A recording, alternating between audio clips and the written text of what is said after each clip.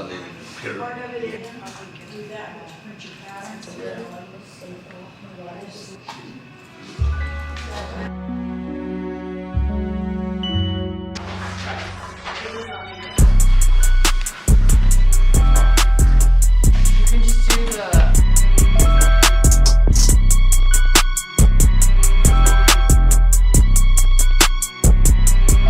I created a full-length maxi dress out of completely thrifted materials, and it's a two-tone satin dress with like a vintage lace cutout in the middle. My garment was inspired by the beauty that already exists, so the silhouette and color scheme was all based off like natural beauty, and then that also ties hand in hand with the like meaning of sustainability behind it, that it was all secondhand garments. The challenge I faced was definitely trying to figure out the lining, and I had never created a garment like fully from scratch before, starting with the pattern, so that definitely had some hurdles, but trial and error is really how I overcame it. Definitely start with upcycling and looking at what you already have and just how every garment is made. That's where I feel like I've really learned my most skills, is from doing like alterations and tailoring.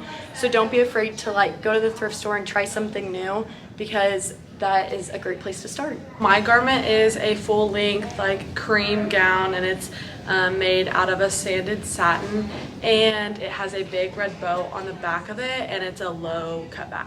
My garment was inspired by the monumental moments in life that are lost by family members who lose people in their lives from heart disease. I would say the challenges I faced during designing was mainly the fit and figuring out how to cut the back out while leaving like a high neck. I addressed those honestly with my prototype and just tearing apart my prototype and remaking the pattern basically.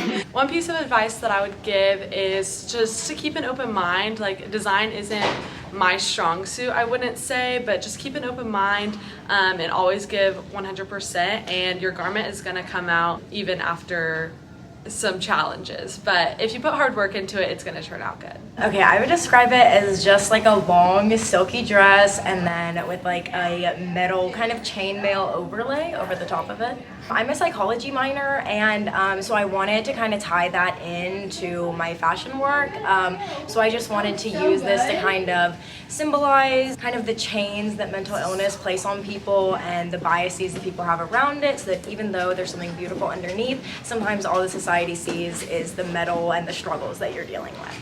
Just in sewing, sometimes I struggle. Sometimes zippers are really, really hard. So that was my biggest issue for sure. Really just try things. Like, if things don't work, you can always undo it. Probably won't work the first time, and it's always really hard the first time. But once you just kind of figure it out in practice, then it gets so much easier. It looks like a wedding dress. It's long, white, shiny. It's got godets. Tightly fitted on the top, and then godets for fullness at the bottom. The shape and everything was inspired by Zach Posen, some of his like early 2000s dresses that he made. I just kind of wanted to make a wedding dress. Originally it was supposed to be like short to long to kind of represent transformation, kind of from like girlhood to womanhood, but I think I might just keep it one length. Yeah. To the bodice, when I designed it on the computer, looked great, and then when I tried to do it in, on fabric, it just did not turn out the way that I wanted it to, so I've kind of had to like workshop that a little bit. So I haven't had a pattern to follow for that, so I've just kind of like made it up as I've gone along and like fitted it. And yeah, look at designers that you like and understand why you like them and what about their designs and construction and styles that you really like resonate with. My garment is a silk pink mini dress, and it has a ruffle across the front, and then down the back it has like a double ruffle that is curved like the spine of someone with scoliosis. Under the pink mini dress is a layer of sheer fabric that makes it appear as a maxi dress. My garment is inspired by scoliosis. I have scoliosis, and I wanted to make something that celebrated the curve rather than try and hide it.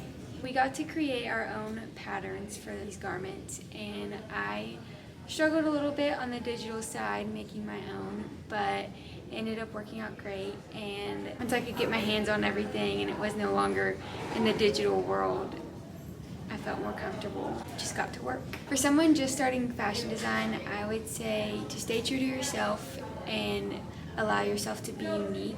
I wouldn't try to form to what the trends are or what you think other people would like.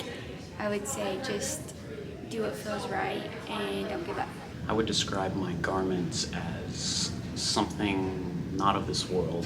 So I'm doing a matching set. Well, I have 6-7 garments in the show. The look that I'm making for myself is kind of a matching set out of black and gray denim. That is that kind of futuristic look that I was going for. And then the other 2 looks that I have are 2 recycled denim pieces, 2 recycled denim looks, skirt and a top for my model, and then pants and a vest for my other model. What inspired my garments, there's a lot of things. Brutalism and upcycling as well. Streetwear is pretty important. I would consider my pieces somewhat streetwear. Definitely facing a lot of challenges when it comes to getting everything done in time. It's my first time working with women's wear, particularly, so that comes with challenges of its own, but I'm confident that I'm going to overcome these challenges and put on a great show. I'm also doing a lot of stuff that I haven't necessarily done before, so it's all a learning process, but I'm really excited to see what I come up with. One piece of advice I would give to someone that's just starting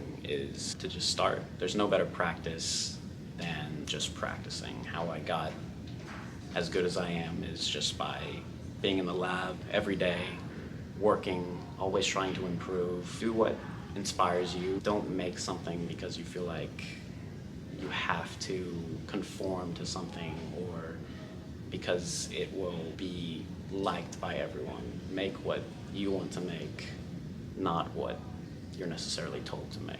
I would say it's 80s theme with big shoulders, very bold, bright, and it's embellished with a lot of rhinestones. What inspired my garment was the LGBT ballroom culture, just the inspiration that it gives and the community that it has. It's just very lively in the ballroom culture, and I just wanted to express that through my garment.